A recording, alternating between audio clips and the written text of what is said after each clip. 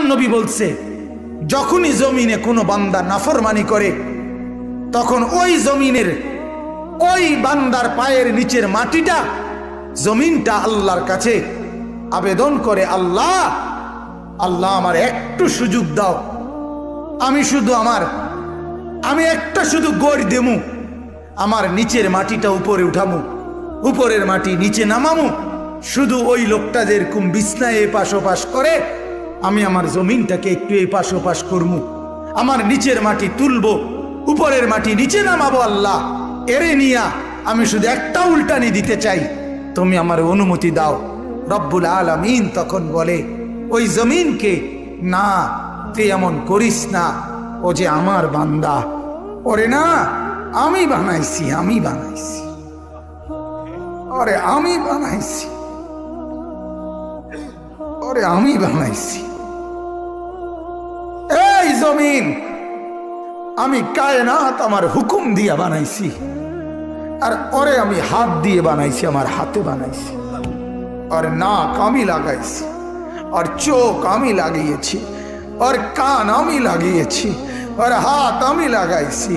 আরে আমি সেই মাওলা, যে মাওলা কুন বললে ফায়াকুন, যে মাওলা ভ বললে হয়ে যায়।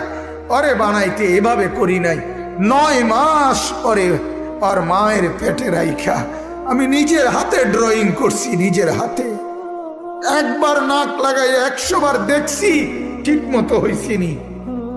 একবার চোখ লাগাইয়া 20 বার দেখছি, ঠিক মতো হয়েছিনি।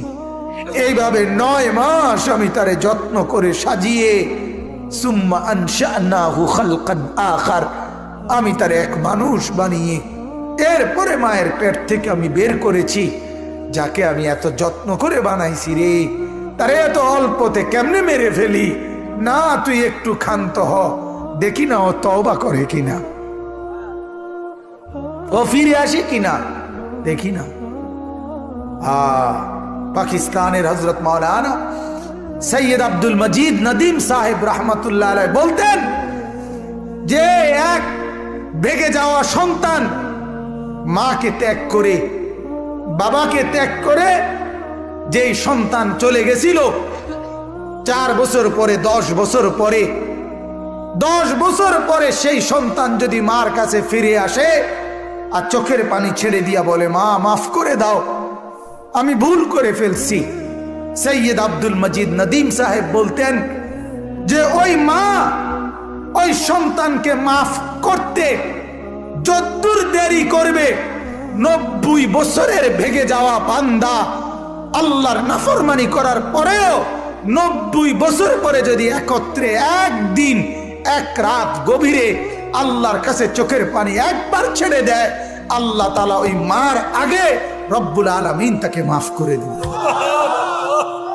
এমন যিনি, তার নাম আল্লাহ।